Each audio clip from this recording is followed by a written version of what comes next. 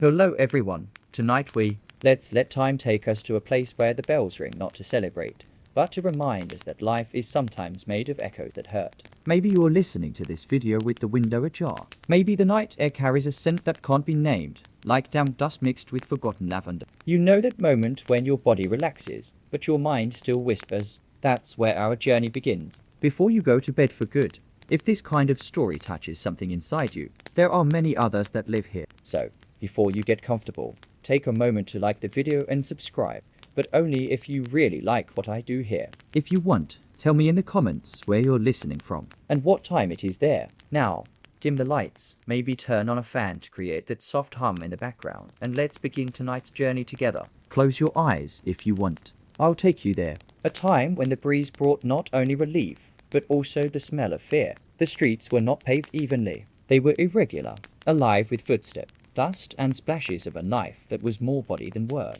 An ordinary day in the year 1320 was woven with the fibers of repetition and cruel surprise. The monk of the monastery woke up to the sound of the bell, yes, but it wasn't the sound of peace. It was the sound that warned that something was about to change, that someone had left, or that the bread that morning was poisoned with silence. The bell was a pulse of metal in the air, a beat that didn't go away once it rang. It stayed, vibrating in the memory. It is hard to imagine the weight of the air at that time, not just the weight of the weather, but the weight of intentions and of what was left unsaid. Silence was a language of its own, and sometimes louder than words. There were no clocks to mark the passing of the hours with precision, but there was the smell of firewood, the sound of chickens, the creak of wooden hinges. All of this told you that the day was beginning, even when your heart just wanted it not to come. Medieval life had no pause. It was a sequence between what had to be done and what could not be avoided. And yet, there was beauty in the way the sun touched the moss, in the way your eyes searched for hope even in the darkest corners of the stones. Perhaps the most striking thing was this, the contrast between the harshness and the involuntary affection. A child covered in dirt offering a piece of bread, a woman singing softly as she lights a candle, a monk writing a psalm without knowing if he would live to finish the line. In 1320, there didn't need to be a war for there to be pain. Sometimes all it took was a body that was too tired to pray, or the fear that the next bell would ring would announce the arrival of the plague. Not a metaphor, the real plague. The one that entered homes like a cold wind and carried people away as if blowing out candles with a single breath. Death was a regular visitor, and no one got used to it, but everyone learned to recognize it from afar. Even so, there were rituals that protected the soul from despair, the gesture of wetting the forehead with holy water, the care taken in folding cloths, the custom of lighting a candle not only to illuminate, but to remind us that there was still light. In the midst of so much sensory chaos, these small acts were anchors, things that said, we are still here, we are still trying. And in the midst of all this, the bell would ring again, sometimes in the distance, sometimes so close that it seemed to beat inside our chest. It was the sound of faith, but also of loss. It was what made everyone stop for a moment, as if time were breathing. Life in 1320 did not have mirrors like those of today, but people knew how to look at themselves. They knew how to recognize the same pain in others, and perhaps that was what made everything more bearable. The invisible sharing, the eyes that did not judge, the hands that held firmly even when they were weak, and the steps, always slow, as if the ground also asked for delicacy, because to step hard was to disrespect those who had fallen before. It was a life of listening, not only to sounds, but to absences, to the empty spaces between one word and another, between one bell and the next. There was a kind of reverence in the way they walked, as if each moment were, in some way, sacred. And perhaps it still is. Perhaps, as we hear this imaginary bell now, here, on this silent night, we are also participating in an ancient ritual of remembering, of feeling, of letting the past tell us its secrets not with shouts, but with whispers, like someone speaking to someone who is almost asleep. And perhaps that is exactly. History does not need to shout to be heard. It just needs us to be willing to listen, calmly, with an open heart, and with that kind of silence that only exists when the soul is tired, but still curious. Have you ever smelled a scent that came from nowhere but seemed ancient, as if it had been stored in a book that had been closed for centuries? The Constantinople of 1320 carried aromas that did not come from flowers or fresh bread. It was a city that still whispered the traumas of what had come before. The Latin massacre of 1204 left more than just wounds on the walls. It left a dense perfume, a kind of dust impregnated with dried blood.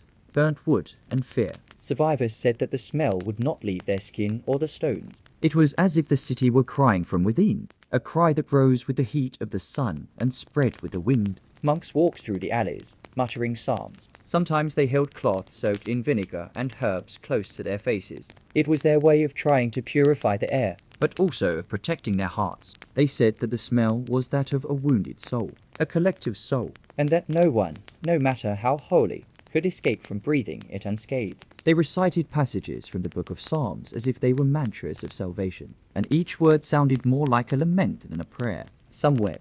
Others just sat on the ground and closed their eyes. Faith was all that was left when the air was no longer trustworthy. It was as if the air carried not only particles, but memories, as if each breath was a reminder of what the eyes no longer wanted to see. The burning houses still lived in the invisible smoke of the rooftops. The bodies piled up, even when collected, seemed to still be present. The smell of decomposition was not only physical. It clung to the fabrics, the pages of the manuscript, the monks' robes. And even with time, it resisted. The city had been invaded, looted, and desecrated. And now, it breathed as if trying to relearn how to live. But there was always something that prevented complete healing. Something that was in the air. The reports tell of monks who refused to enter certain wings of the monastery. They said that the smell there was heavier, that it reminded them of an altar turned upside down. A desecration of the senses. What should have uplifted them now suffocated them. And the worst part was that no one could escape it. Even closing the doors, the windows, the senses, the smell of pain would pass through. It would find gaps, seep through the cracks, and sit next to them during prayer. It was as if the city was breathing along with them, and each breath was an attempt to forget, and each breath was an involuntary memory. There were days when the air seemed cleaner, after the rain, perhaps, or when the wind blew in from the sea. But all it took was the sun warming the stones for everything to come back. The heat made memories exude, not only from the walls, but also from the heart, because the senses do not forget easily, and smell is the most stubborn of all. A smell can cross centuries. You can wake up what was sleeping. It can make a monk tremble, even 20 years later, not with fear, but with compassion, because to feel that was to remember that many did not return, and that those who did were no longer the same. And what makes an entire city insensitive to mass suffering? Maybe time, maybe the need to survive. Maybe it's as if the body creates a film to protect itself, a thin but resistant layer of indifference, not out of malice, but out of fatigue, because feeling everything, all the time, would be unbearable. So the eyes learn to look away, the hands don't shake, and the nose just gets used to it. But deep down, the pain is there. Dormant perhaps, forgotten in the corner of a sacristy, but a familiar smell is enough to awaken it, like a candle that relights only with the warmth of a memory. Back then, no one talked about trauma or emotional breakdown, but there were monks who stopped writing, who were silent for weeks, who just walked in circles without saying a word. And maybe it all started with the smell, a scent that seemed to say, here was pain, here still hurts. And even when the flowers grew again, there was something in the air that reminded, an invisible, almost respectful scent, as if the city itself was asking for forgiveness. And maybe it still does. Every time the wind blows through the ancient stones and brings with it something you can't name, but you can feel. Imagine a place where the screams cease, but the sound never ends. A monastery hidden among the hills or on the edge of a wounded city became a haven of silence. But not an empty silence. It was a full silence, dense, as if every wall breathed along with those who took refuge there. The monks, accustomed to prayers and repetitive routines, knew that sometimes the best thing to do was to say nothing. After an invasion, a massacre, a fire, the most comforting sound was that of absence, the absence of orders, of judgments, of noise. And so they withdrew, one by one, as if they were slowly disappearing. Some would stay for days without opening their mouths, not out of a vow, but out of necessity. The words seemed too heavy, as if each syllable could awaken a memory that the heart did not yet know how to deal with. Others would retreat to individual cells. They took nothing with them, just the clothes on their backs, and sometimes a piece of cloth to cover their eyes. Yes, their eyes, because there were things that, once seen, could no longer be unseen, and there were days when faith was not enough to erase what was seen. So they would pray in the dark, so that, at least in the shade, their souls could rest a little. The black cloth was an attempt to protect the spirit, like a curtain between reality and the divine, because not all prayers require light. Some only need silence and darkness. Those who covered their eyes said they felt more intensely,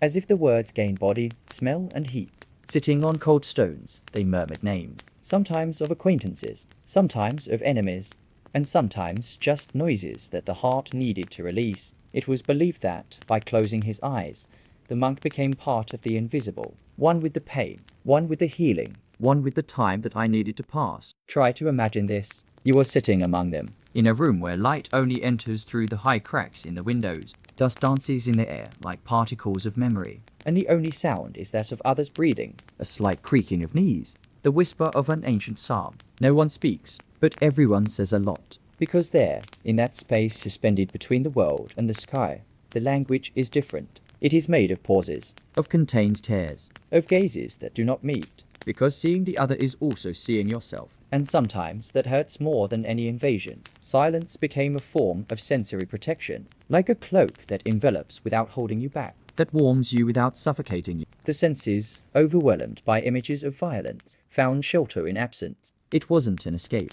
It was care. It was recognizing that the spirit also bleeds, and that it needs time to recover. The monks knew this, and so they allowed themselves to be silent. They allowed themselves to just be, without needing to heal everything at once, without rushing to forget. Because forgetting too quickly is like sweeping the dust under the altar. Eventually, it will come back. And the curious thing is that, over time, silence became eloquent. It said more than sermons. It touched where words could not reach. It was a silence that did not judge, did not demand, did not charge. It simply welcomed. And when a new monk arrived, he learned to listen, not with his ears, but with his entire body. He learned that silence was not absence, it was full presence. A presence that respects the pain of others, that knows how to wait, that does not force answers, and that, little by little, rebuilds what was broken, not with speeches, but with company. And so the monks continued. Some spoke again, others never did, but all of them, in some way, found solace in that soundless ritual, because there are times when the soul can only reconnect with the sacred when the entire world falls silent. And perhaps by falling silent here too, even for a few seconds, we can feel a little of that. An ancient stillness, an inner space where pain can exist without having to scream, and where, who knows, healing begins slowly, with a simple closing of the eyes, and the silent promise that, despite everything, there is still hope. The walls did not speak, but they listened, and inside them, there were monks who watched the world crumble without moving, hearing the sound of swords outside and the creaking of feathers inside. The war came like a storm, but it was inside that it caused the most devastation. The Crusades, from the inside, did not have the shine of promises. They had the smell of blood that was not chosen. They had the lament of the innocent, and the prayers that tried desperately to separate fanaticism from faith. Many monks did not fight, but they saw, they recorded, and this act, apparently simple, was another form of struggle, a silent battle against oblivion. Sometimes the accounts were written in a hurry, with trembling hands, on stained parchment, not only with ink, but with tears, and sometimes with dried blood that splashed onto the stones of the cloister and reached the scriptorium. There were those who wrote in total silence, and those who murmured words between one line and the next, as if asking permission to continue, because describing the horror was also reliving it. It was trying to put into words what not even the eyes could hold anymore. The monk wrote with faith, but also with pain. Each sentence was an attempt to organize the chaos that did not fit into prayer. Some left blank spaces, as if certain scenes could not be told, as if saying something was worse than keeping quiet. Others recorded everything, but with a language that seemed like sleepwalking. Metaphors, deviations, symbols. It was the way they found to keep writing without going mad. The pen trembled more than the sword, and perhaps it was heavier, because at the end of a battle, the warrior could sleep. But the chronicler, he remained awake, reliving, and trying somehow to protect others from the memory that haunted him. Inside the walls, glory could not be seen. Echoes could be seen. Those who returned from battles had something broken in their eyes, something that could not be fixed with blessings. Many monks spent hours listening, just listening, without judging, without responding. They were like containers, vessels where the suffering of others could rest for a while, and then, perhaps, evaporate. There was no psychology. There was listening, and faith, and a weariness that was not physical, but ancestral, as if each new crusade were also a cross on the shoulders of those who remained. And it was not uncommon for the monk, after writing, to simply erase everything, or burn the parchment, not out of fear, but out of compassion, because some horrors did not deserve to continue to exist even on paper. And there were those who preferred to pray rather than record, Those who thought that the only worthy story was the one that dissolved in the silence of the candles, the one that was lost in the wind, and not to the curious eyes of the future. But even so, many kept writing, because they knew that if no one told, the mistake would return, and blood would be spilled again. Between faith and fanaticism, there was an abyss, and the monks walked across it with cautious steps. They knew that religion was a home, but it could also become a weapon, and that hurt. To see sacred symbols being used as war banners, to see the cross stained with mud and fury, and yet to continue believing, not in an institution, but in a principle, in something higher than the wars, deeper than the battles, in a kind of love that didn't need to win to be true. And perhaps that is what still echoes: the silent courage of those who remained, of those who saw without closing their eyes, of those who wrote even with their souls bleeding. Because sometimes resisting is not forgetting, it is keeping a fragile flame burning, even when everything around you goes dark. And if you listen carefully, perhaps you can still hear the pen scratching the parchment, slowly, as if asking permission from time, as if whispering, "I saw, I felt." And now you can know too, but calmly, carefully, and with the peace that only comes when the story is told without haste. The sound of a bell may be just a warning, but in certain places and times, it was more than that. It was a lament, a plea, an attempt to talk to the invisible. After a massacre, when the ground was still dripping and eyes were still twitching, the monks would gather and ring the bells, not to call the faithful, but to try to purify the air, as if each chime were a candle lit in the darkness. A fragile gesture against a silence that was too heavy. It was a way of telling heaven that there were still people trying. People who were afraid, yes, but also hopeful. There was a specific ritual. They walked in a circle, blindfolded. Each one held a small bell, small, but enough to break the emptiness. The bells rang at different times, as if each one had their own pain, their own rhythm of healing. Sometimes the sound was timid, sometimes louder, but never abrupt. It was a sound that respected, that apologized, almost, as if to say, "Forgive, world. Forgive, history. We didn't know how to stop, and now we only know how to regret." The curious thing is that, over time, people began to feel the sound before they even heard it, like a vibration in the air, a shiver down their spine. They knew that if the bell rang outside of its scheduled time, something serious had happened. But they also knew that it was the beginning of an attempt to make the world breathe again, to rebuild the bond with the sacred. Because after the blood,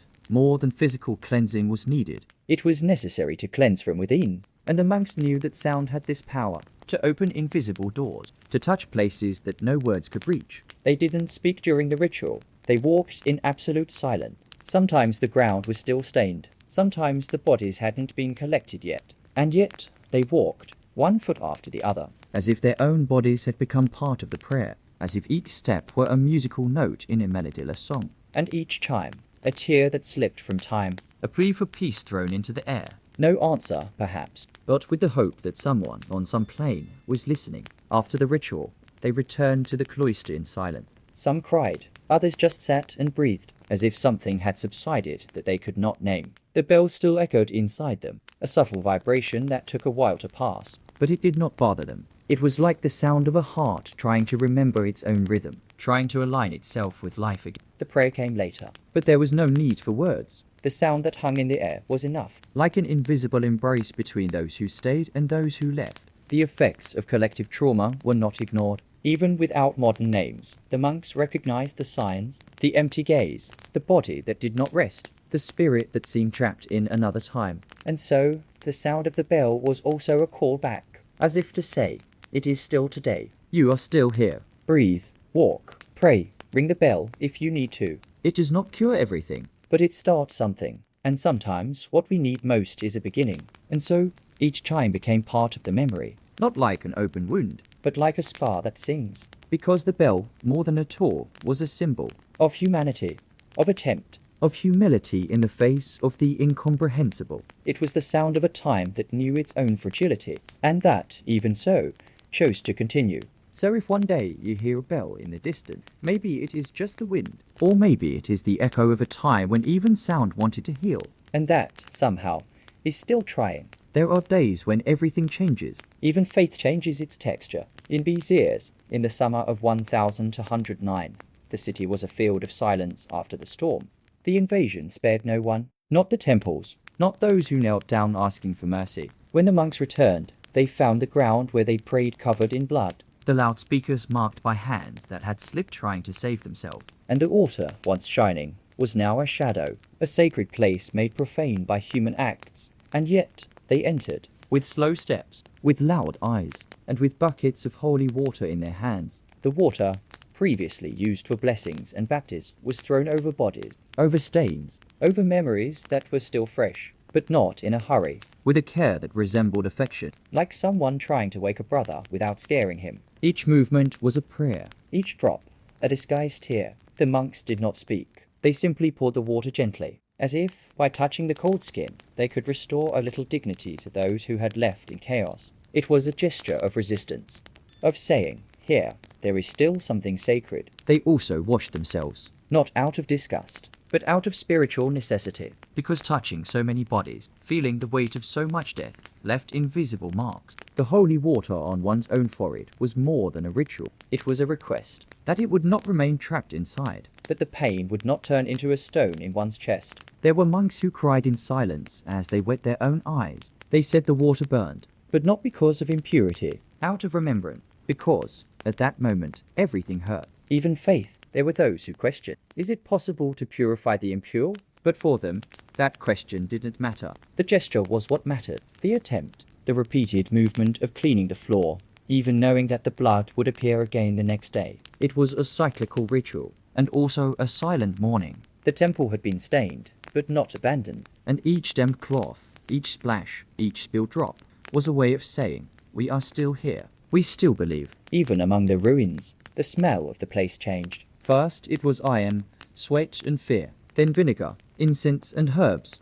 and finally just silence, a dense silence of marble and dust. The candles were lit again, but they were shaking, not only because of the wind, but as if they felt ashamed of illuminating so much suffering. The monks walked slowly, some barefoot, feeling the cold ground beneath their feet, as if they wanted to remind themselves that they were alive, and that living at that moment was an act of courage. The temple gradually resumed its shape, but it was never the same again. Something had changed in the soul of the place, and in the eyes of those who prayed there. People no longer prayed for miracles. They prayed for strength, for lucidity, for a little peace, and with each prayer, a new gesture of washing, as if the prayer needed water, as if redemption was running down the walls, slowly, in silence, wetting time, softening memories. And when, finally, everything seemed clean, the monks stopped. They sat on the floor. They looked around, and they said nothing, because they knew that true cleanliness did not lie in the shine of the marble, but in the intention of not forgetting, in the courage to reoccupy the space with kindness, with gratitude, with care. And so, on that day when the holy water turned into tears, a new kind of faith was also born, one that did not need to be tasted, only felt, like a trickle of water on the skin, cold, but healing. Winter arrived without asking permission, and when he touched the stones of the monastery, everything slowed down. The wind was bitter, but it was the memory that chilled him the most. On certain days, there were so many bodies of the dead that there was nowhere to put them. Piled up under improvised tops, they waited for graves that could not keep up with the pace of death, and the rain did not help. It fell thinly, constantly, like a cry from the sky. It washed their pale faces, their stiff hands, their stained robes, and the monks were there, standing, with numb fingers, repeating prayers between one shiver and the next. They knew that the pain was not just physical. It was as if the world itself was in penance. The wet earth made burial difficult. The shovel slipped, the feet sank, and the eyes did not look away, because to look away would be to betray those who could no longer look. So they looked, fixedly, with respect, with regret. Some sang, with trembling voices, almost whispered, hymns that asked for no explanation, just rest, for the bodies, and for the souls. It was as if the sky was in mourning too. The sound of rain echoed through the cloisters, creating a sad kind of music, a natural soundtrack for the end of a season of hope. The corridors were damp, the cells were colder than usual, and the monks wore heavy robes, but they couldn't keep warm, because the cold came from within, from a place that wall couldn't reach. It was the cold of helplessness, of knowing that no matter what they did, it would never be enough. Death had won once again. Still, they continued. They collected bodies. They scrubbed the floor. They lit candles. They sang, not out of obligation, but out of an almost instinctive need to restore some dignity to those moments. Each gesture was a form of gentle resistance, and an attempt at forgiveness, because many there wondered what they could have done different. what they failed to say, to do, to prevent. It was the winter of the regretful, not because they were directly to blame, but because they felt that the world as a whole had failed. The monks' hands would swell, they would turn red, they would often crack, and yet they would not stop. They would not wear gloves, as if they wanted to feel every part of what they were touching. The ice was also a reminder that they were alive, and that while they lived, they needed to care for those who could no longer protect themselves. It was a form of honor, a final offering of humanity in the midst of inhumanity. They knew no one would see it, that there would be no record, but they did it anyway.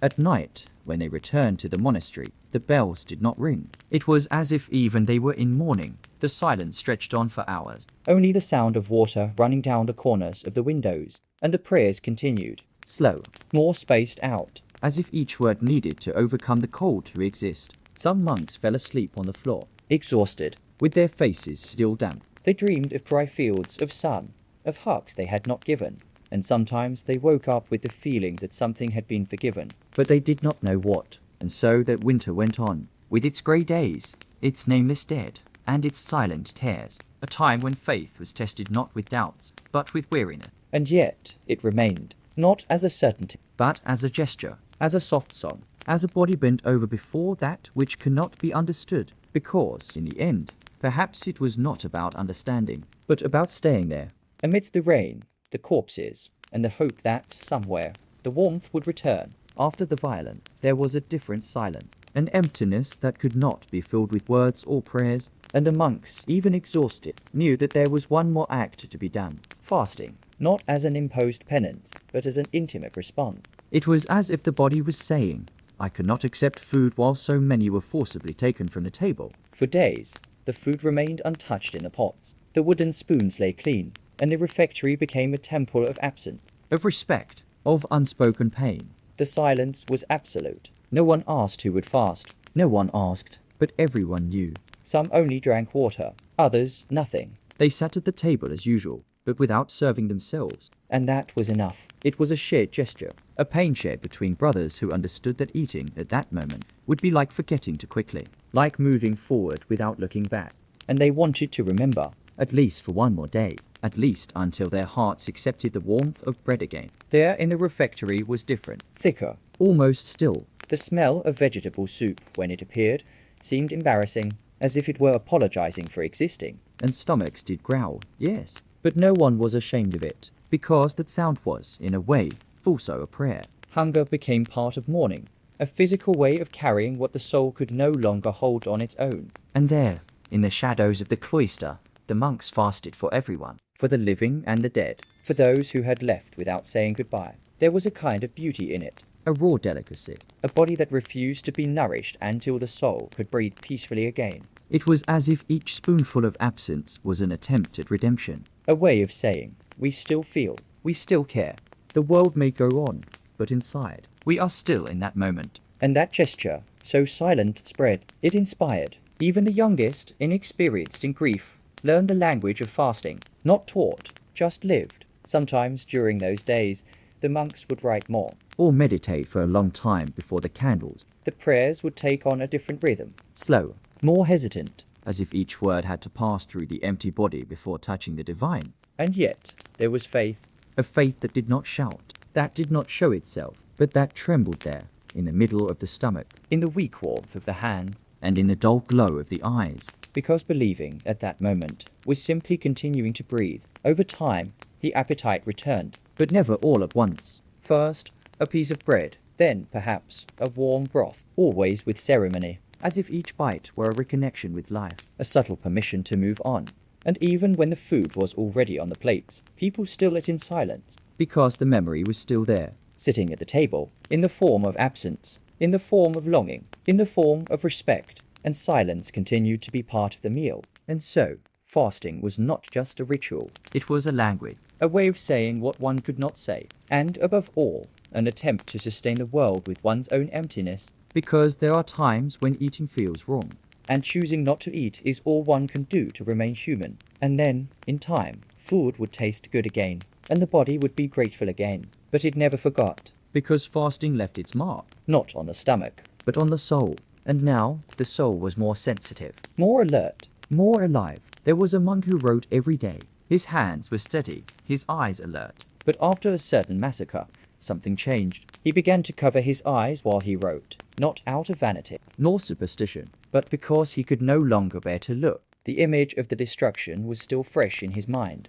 The blood on the church steps, the bodies piled up next to the wooden benches, the muffled sound of those still breathing amidst the rubble. He saw it all, and as he tried to record it, he realized that his eyes were tired of seeing. Then he covered them with a piece of dark cloth. He sat in front of the blank parchment, with his quill already dipped in ink, and he began. From memory, from pain, from intuition, the text flowed differently, more hesitant, more poetic at times, as if each word was being groped in the dark. He said that this way he wrote with his heart, that what is seen too much is lost, but what is felt remains. Some monks found it strange, others simply respected it, because they knew that the cloth was not a barrier, it was protection for what was inside. The manuscripts were stained, not just with ink, but with pauses that were too long, with letters that trembled, with passages interrupted for no apparent reason, as if the thought was swallowed up by the memory, and sometimes it was. He said that writing was harder than praying, because the prayer was lost in the air,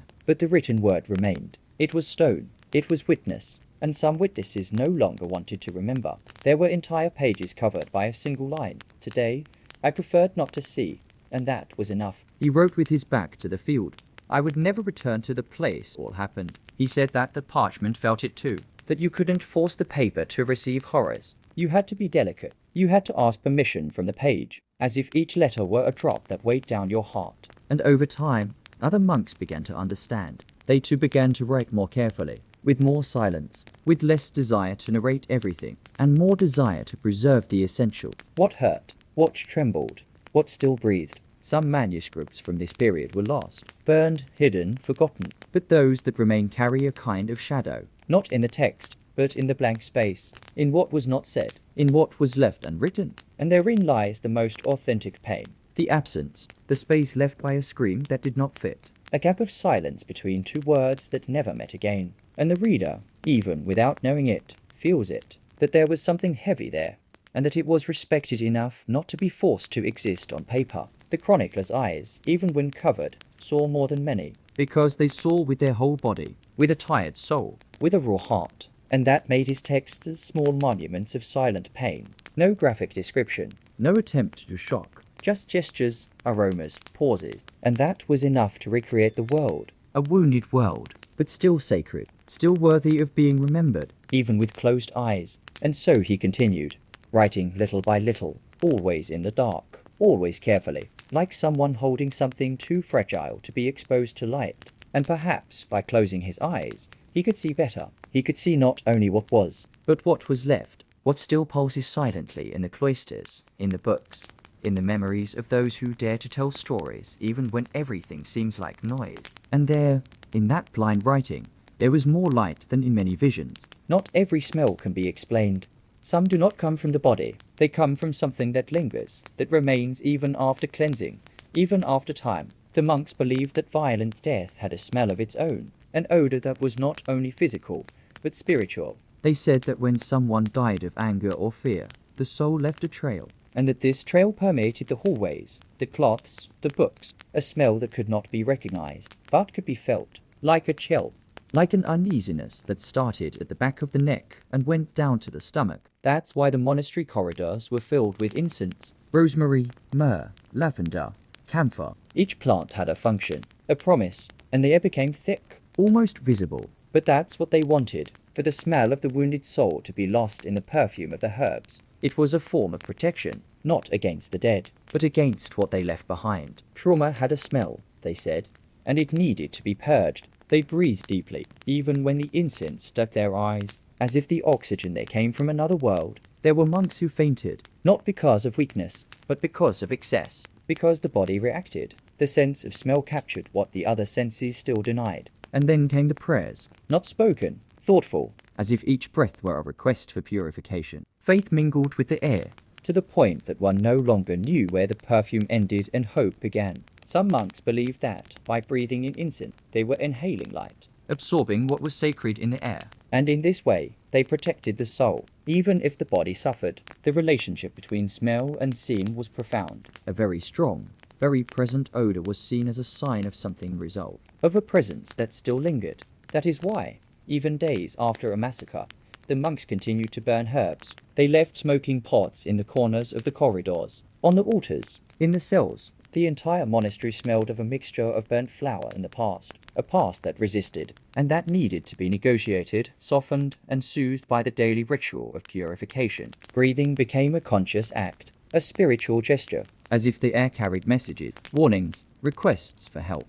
Monks became translators of the invisible, and over time, they learned to distinguish the smells. The smell of guilt, the smell of sadness, the smell of liberation. They didn't talk about it openly. It was a silent knowledge, shared in looks, gestures, in the choice of plants used each day. And even the most skeptical gave in, because, somehow, everyone felt it, that there was something more in the air, something that couldn't be dissipated by the common wind. They said that fear also smells, and that, often, it was the smell itself that brought back the memory. A corner, a hallway, a forgotten tunic. Anything could trigger the memory. And again, the incense, like a barrier, like an invisible embrace. It was a daily struggle against what could not be seen, but it was carried, and there was no certainty that it would work. But there was faith, and that, most days, was enough to keep going, to breathe again, to trust that, little by little, the air would become light again. And so they breathed, carefully, with reverence, with a kind of fear that didn't paralyze, but taught respect, because they knew that they weren't just dealing with what was outside, but with what was inside, and the scent of the soul that doesn't go away easily, but it can be transformed with time, with prayer, and with a handful of herbs burning slowly, while outside the world still learns to name its pains. What hurts is not always what happens. Sometimes it is what you see.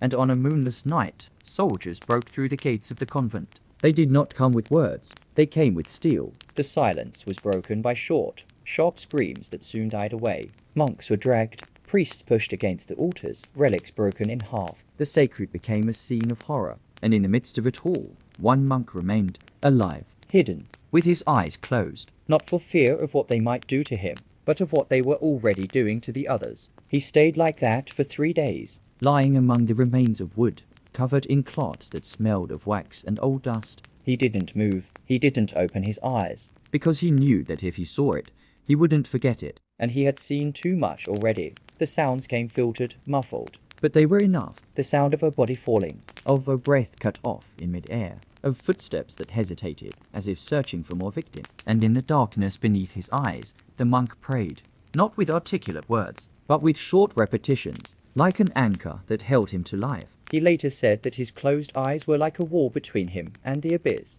that to see, at that moment, would be to continue dying even after everything was over. And perhaps he was right, because there are images that stick, that do not go away, not even with time, not even with forgiveness. They are visual wounds, scars of the soul made of light and form. That is why he chose not to see, not out of cowardice, but out of wisdom, because he knew that the real challenge would come later, when the silence returned, and he would have to live with what he imagined. When the convent was empty, he came out of hiding, his eyes still closed. He touched the walls with his fingertip. Each texture told him where he was. The cold of the stone, the roughness of the broken wood, the smell of blood still fresh. He walked like this to the small chapel. He stopped in front of the altar. And only there, after long minutes, did he open his eyes. Not to see, but to tell the world, I am here. I still exist. And even though everything seems lost, I am still able to look at the light. What he saw made him cry, not only for the lives taken, but for the silence that remained. A silence that seemed to accuse, to ask why. He had no answers, but he had gestures. And then, slowly, he began to light candles, cleaning the benches, collecting fragments of what was once whole. Each action was a lament, but also an affirmation. Life goes on, even among ruins, even with blurred eyes, even when the heart asks not to remember. For days, he avoided mirrors, not out of vanity, but because he was afraid of recognizing in his own eyes the images he tried not to see. There was a shadow there, a new weight, but also a strange serenity, that of someone who saw without seeing, that of someone who was touched by horror, but chose to keep it within limits. Because sometimes the only way to protect the soul is to spare the eyes, to let the body see with another part, with touch, with hearing, with time. And so he lived, gradually relearning how to see, carefully, with ceremony. He never looked at the altar the same way again, nor at men, nor at himself, but he carried a light certainty, like a breeze on a cold afternoon. Seeing is important, but choosing the moment to see, that can save. And in that abbey, where the screams had already died away, there was now a calm gaze, a gaze that knew the price of remaining open. Not all art is born of beauty. Some are born of the need to remember, and to not go mad. In certain monasteries, after wars, plagues, and massacre, the monks were faced with something impossible to ignore. Bones, many, piled up, repeated, anonymous. The floor could not hold so many bodies, and the soul did not know where to put them either. It was then that another form of prayer emerged, not with words, but with structure, with form, with care. Ossuaries were born, altars made not of gold, but of roots, of skulls, of fragments of someone who had once been someone. The idea was not to scare, it was to welcome, it was to provide rest. Instead of burying and forgetting, the monks gathered the bones into pattern, architectures of silence, rosettes of tibias, rows of jawbones, not for morbid pleasure, but because each bone was a name, a fragment of history, and letting them get lost in the damp ground seemed wrong. So they gave form to mourning. They created beauty where before there had been only astonishment. And upon entering one of these places, the visitor did not feel fear. They felt weight, a respect that made one's breath slow. Each altar of bones was different. Some were more symmetric, others were more spontaneous, but they all had something in common: silence, an almost solid silence, as if the walls were listening, and perhaps they really were. The hands that touched those bones knew they were in contact with the sacred, not with the divine in the classical sense, but with the human, with what remains after everything passes, with what insists on remaining, even when the flesh has been taken away by time. Some monks would spend hours in these spaces, cleaning, reorganizing, lighting candles, sometimes just sitting on the floor and looking, as if they were listening to stories, old voices, laughter that would never come back. It was a space for meditation, but also for coping. There, trauma took shape, and as it took shape, it could be touched. It could be, little by little, accepted, not as something good, but as something that existed, and that needed to be looked at with tenderness. It was common to leave dried flowers among the bones, sprigs of lavender, small handwritten notes, as if that would soften the pain, as if to say, you were remembered, even without a name, even without a face. And perhaps that was the true meaning of an altar of bones. Not the visual impact, but the gesture of remembering without needing to know, loving without needing to touch, respecting without needing to understand. Each curve of the femur was a curve of history, of memory, of someone who once also felt cold, hungry, and had faith. The aesthetics of death became a form of spiritual catharsis there. There was no gold, there was no music, just bones and dim light.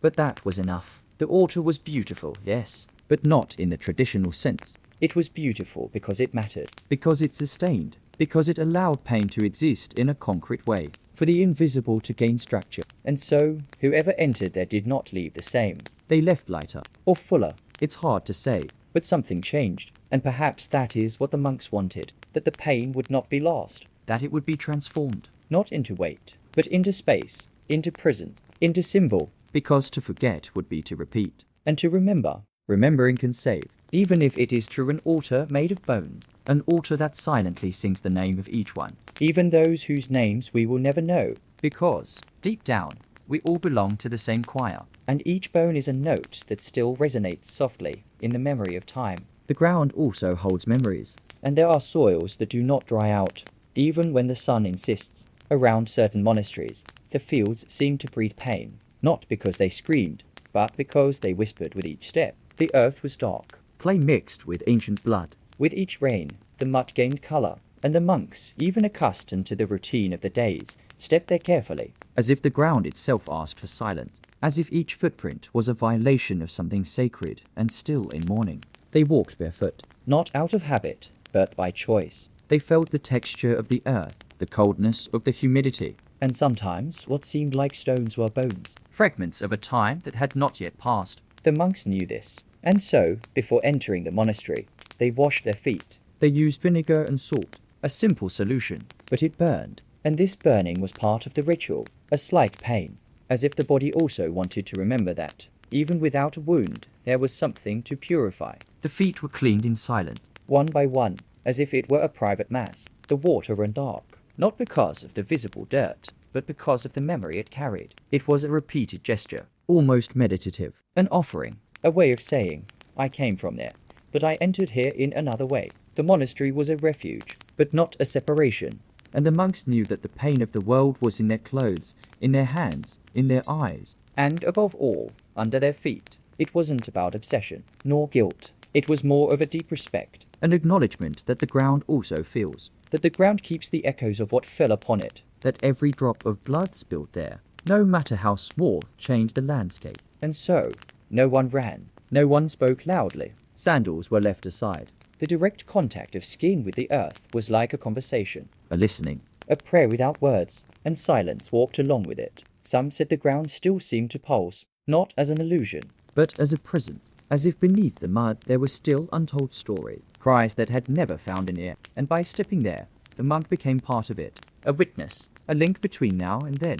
And even when the flowers grew again, the smell of the damp earth still reminded him, still told him, he still carried the weight of what had happened there. In the monastery, the cloths used to dry the feet were kept. They were not washed with the others, not out of superstition, but out of consideration, because they knew that the cloth had touched the past. It had listened, in some way, to the stories that the earth told, and these cloths were then carefully burned, as a release, as a possible end to a memory that did not want to become a burden. Just a memory, just a gesture. And so, the ground remained there, in no hurry to dry, in no hurry to forget, and the monks continued to walk on it, calmly, with reverence, because they knew that, even without plaques or monuments, that field was a memorial, a sacred space shaped not by sculptors, but by footsteps. And each footprint, each slow footprint, was also a prayer, an attempt to say, I saw, I felt, and now I move on, but with lighter feet and a heart more attentive to what beats beneath the earth.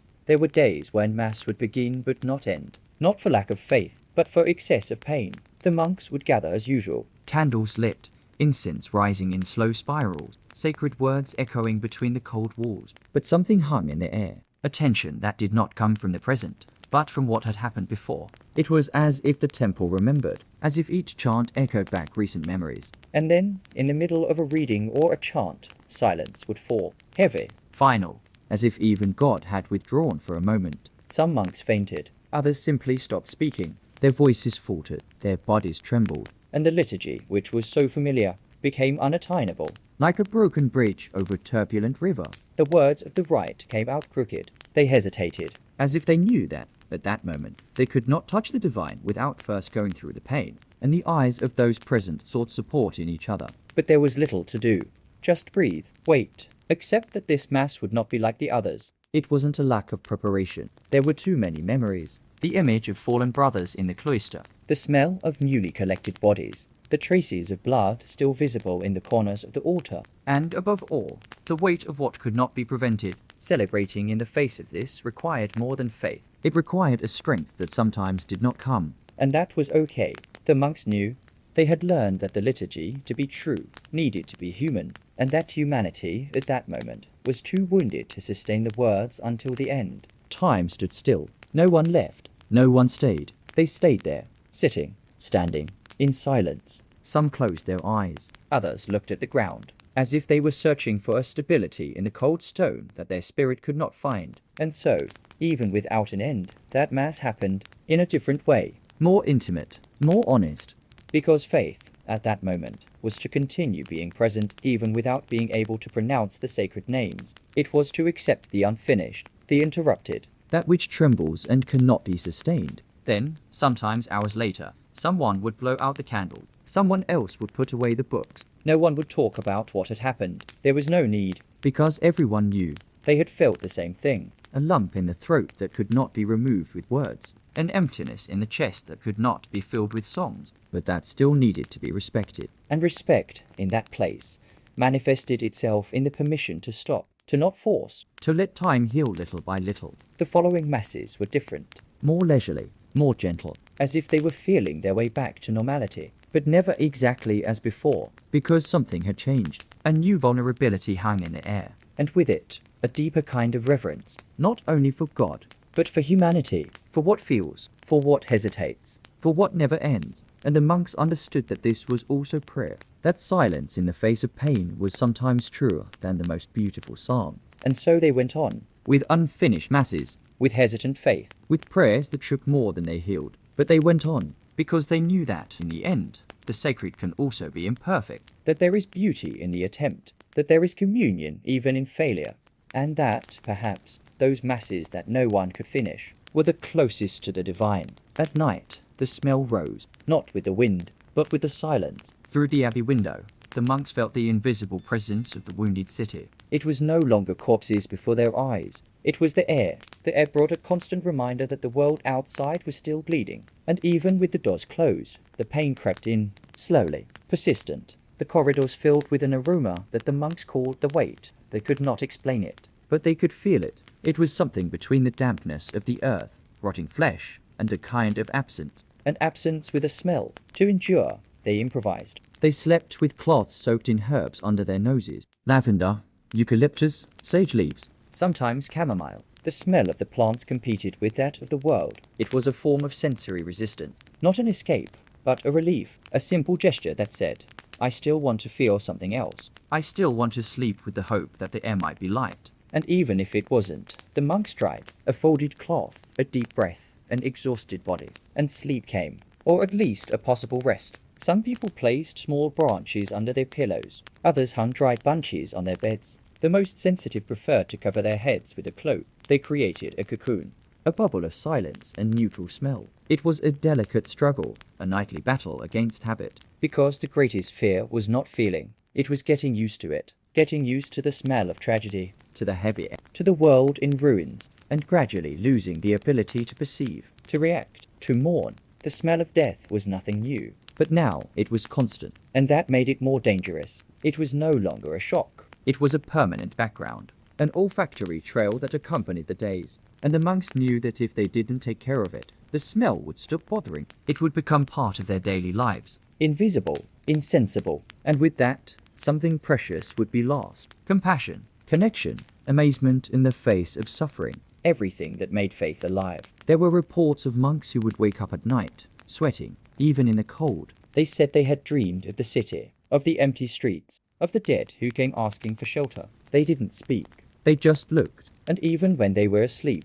the monks knew that the smell was there, inside the dream, like an ancient presence that wouldn't let go. And when they woke up, the first thing they did was look for the scented cloth, press it against their face, breathe deeply, and try to remember that there was still something sweet in the world. Some began to write about it, not in treatises, but in small passages in the corners of the parchments. Phrases like today, the smell was stronger, or the wind brought the pain again. They were invisible diaries, discreet confession, because there were things that did not fit into the liturgy, but they needed to come out somehow, and writing was a way of keeping the sensitivity alive. It is worth remembering that, even surrounded by tragedy, the heart could still perceive the scent of a flower, and that, in itself, was already a miracle. And so, the abbey breathed. Through the window, the world entered, but inside, there was resistance, tried herbs, long breaths, chosen silence, and a faith that did not seek miracles but relief. Relief to continue feeling, to not harden inside. Because more than the smell of death, what hurt the most was the smell of losing faith. And against this,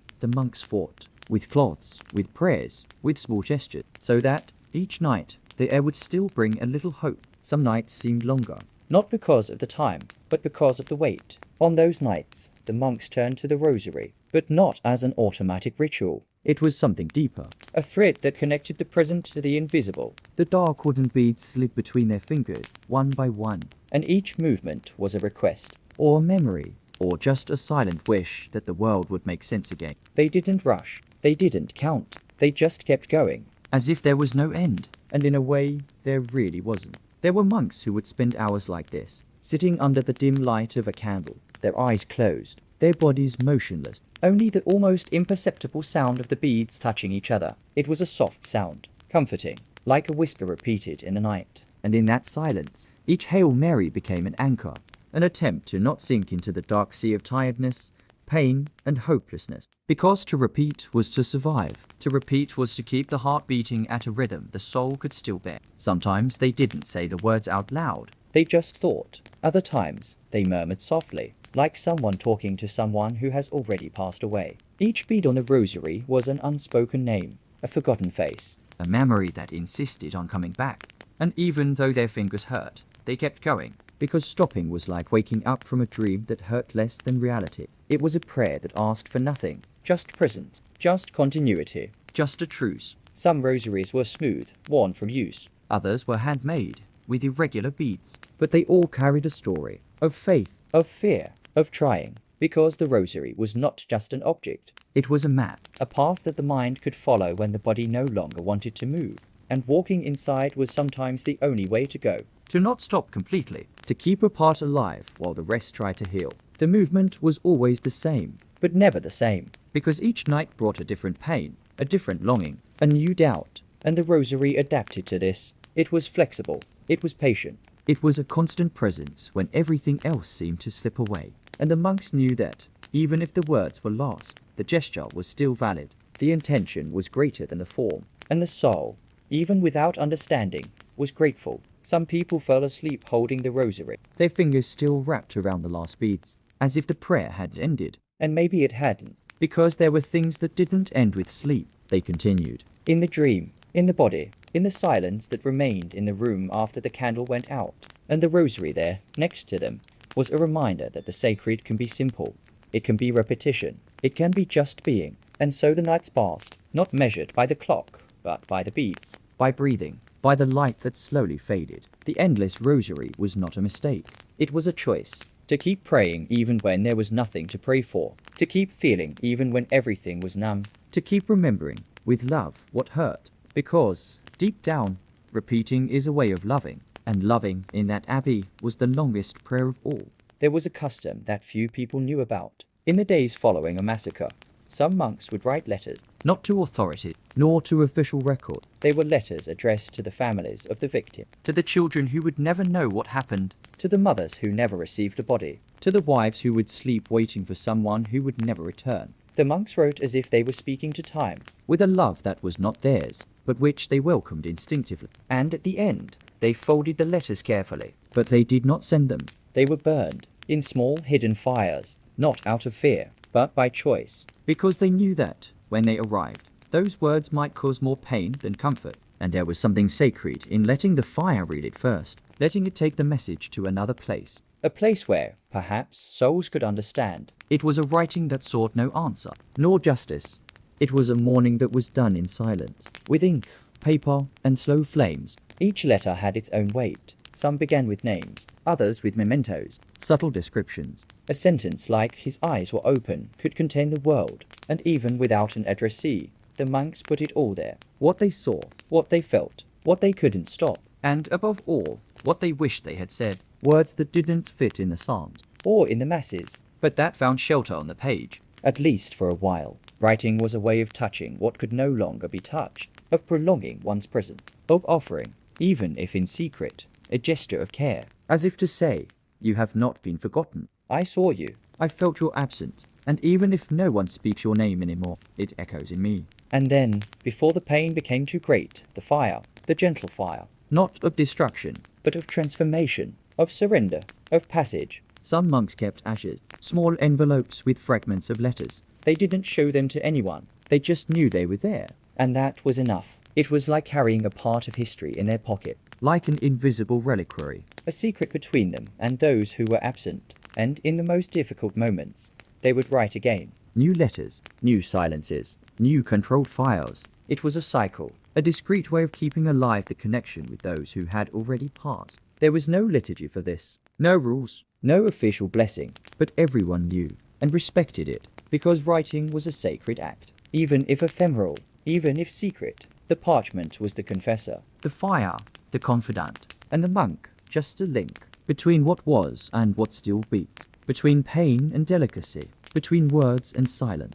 And perhaps in these letters that never arrived lies hidden the purest form of prayer. And so the nights passed, with the smell of burned parchment, with fingers stained with ink, with eyes tired from remembering, but also with a heart a little lighter, because I had spoken, even if no one listened, even if the paper no longer existed, even if the words had been carried away by the hot wind of the embers. And in that act, simple and intimate, there was a hope that, somewhere, someone had read it and understood it. There was a time when monks prayed not to remember, but to forget. They closed their eyes tightly, They repeated the sacred words as if to cover the noises of memory. They did not ask for miracle, they asked for silence within. A silence deeper than that of the cloister, thicker than that of dawn. They prayed to erase images, faces, screams, the sound of swords against the altar, the memory of warm blood running between the choir boards. It was a kind of prayer that was not taught in books, but that was born of weariness. Some asked God to take away their night vision,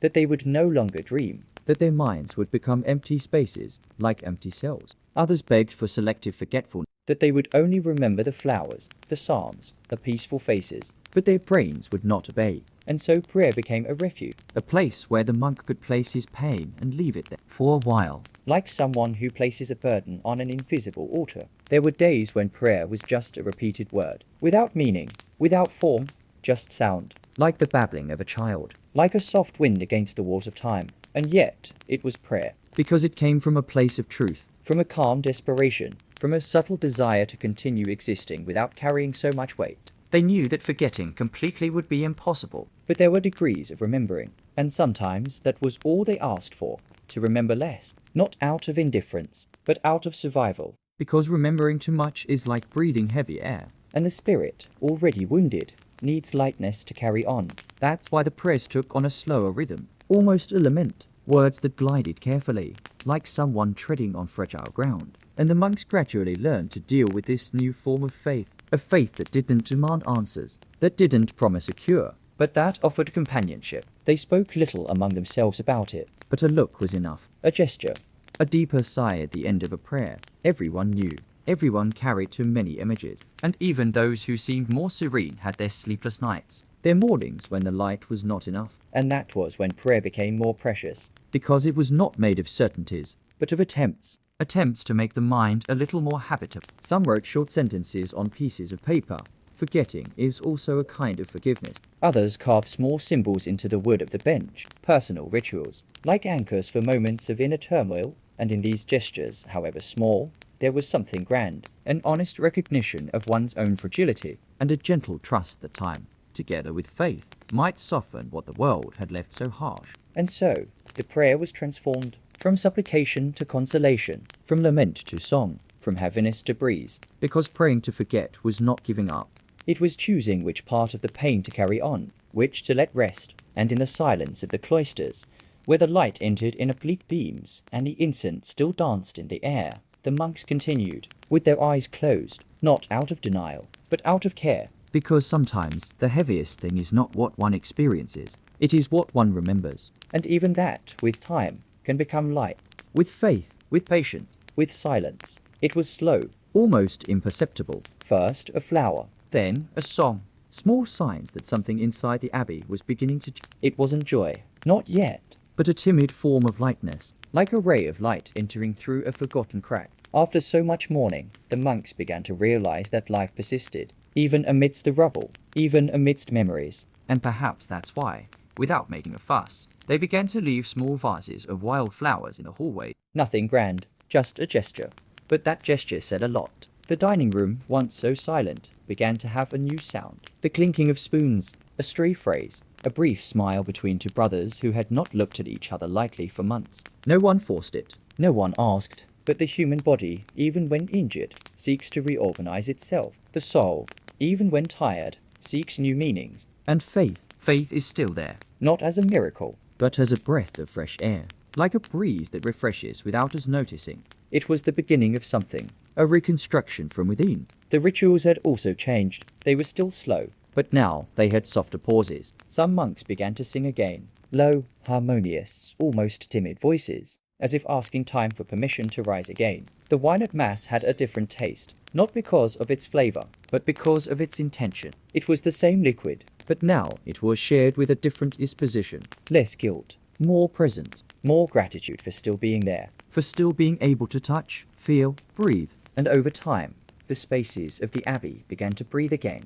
The walls, which had been dark, were covered in new cloths. The candles were lit again with delicacy, not only with sadness. And the monks began to walk with less hunched steps, not because they had forgotten, but because they had learned to carry their memories in a different way, like someone who keeps a letter secret, not to hide it, but to protect it from the rush of the world. And somehow, This transformation was visible. Visitors began to arrive, few, discreetly, and they were welcomed with herbal tea and fresh bread. A simple gesture, but loaded with symbolism, because for a long time, the abbey had closed itself off to the world and to itself, and now, little by little, it was reopening its doors, not out of vanity, but out of welcome, out of the need to share what had been rebuilt. Because healing, when shared, grows stronger, and the monks knew this. They knew that smiling again was not a betrayal of memory. It was a tribute to survival. On one of the calmest nights of that year, the bell rang, but not in mourning, nor as an alarm. It rang slowly, as if lovingly awakening someone asleep. And the monks, upon hearing it, looked at each other in silence. They knew what it meant. It was the sound of life getting back to its rhythm, of routine making sense again, of time saying, go on, sing, breathe, embrace. And so they did, without rushing, without promises, just as lightly as possible. And that night, they slept better, not because everything had passed, but because something had begun. Faith now had the color of a flower. It had the sound of low singing. It tasted like warm bread shared between brothers. It was a faith that knew pain, but it also knew laughter. A light, small laugh that began in the eyes before reaching the mouth. And perhaps, in that moment, the world breathed along with them, in peace, even if for a short time, but long enough to believe again. Close your eyes. Take a deep breath. Imagine that you are the last monk in that monastery. There are no more candles lit. Only the moonlight touching the cold stones with an ancient tenderness. The flesh has dried. The blood has turned to dust. The walls hold more memories than echoes. But you still hear. You still feel. There is a soft whisper in the air. Perhaps a last prayer forgotten in the corner of some cloister. Perhaps just the sound of time passing slowly, as if the whole world were waiting for you to rest. Your body is weightless. It is still, but not rigid. It is at peace. You hear the wind blowing through the narrow windows. It does not bring cold. It brings memories. It brings the smell of wet earth, of old wood, of worn wax. And for a moment, everything seems to make sense. The nights of vigil, the silent fast, the prayers whispered in the dark. Everything now comes together in a single gesture of surrender, of calm surrender, of acceptance. You remember when the bells rang like screams. Now, they don't ring anymore, but they still vibrate inside you, not as pain, but as a memory, like the beating of an old heart. You smile without showing your teeth, a smile that is only yours, a silent acknowledgement that the journey was long, but you got where you needed to go, and that, even without an audience, it was worth it, because every gesture you made, even the smallest, had meaning. You are not alone. There are soft voices all around you. They do not frighten you. They soothe you. They are the echoes of those who came before, of those who prayed by your side, of those who left in silence. They do not say words, but you understand, because when the eyes close, the soul sees everything, sees beyond, sees what matters. And what matters now is not what was left, but what remains. Peace, lightness, the certainty that love, even in the end, is the last thing to go. Maybe tomorrow others will come. Maybe not. But time doesn't matter anymore. You did your part. You were present. You were a gesture. You were silent. You were faith. And that's enough. Because there are stories that don't need grand endings. They just need to be felt until the end. And now, while the world outside continues its rhythm, you rest. Without fear. Without rushing. Like someone who knows that everything is in its place. And that nothing, really nothing, was in vain. The night advances, but it doesn't scare you. It covers everything with a dark and gentle cloak, like a last embrace, like an invitation to rest, and you accept. You close your eyes once more, but this time in a different way, not to escape, but to surrender, to listen to the last words of the night, words that don't come from outside, but from inside, and that say softly, everything is okay. You can sleep, you can dream, you can go back if you want. I'll be here, whispering other stories, if you want to come back, whenever you need, when the world seems too noisy, when sleep is slow, when the soul wants to remember that silence can also be company. Until then, rest, with lightness, with gratitude, with the certainty that, even when the eyes close, the soul still sees.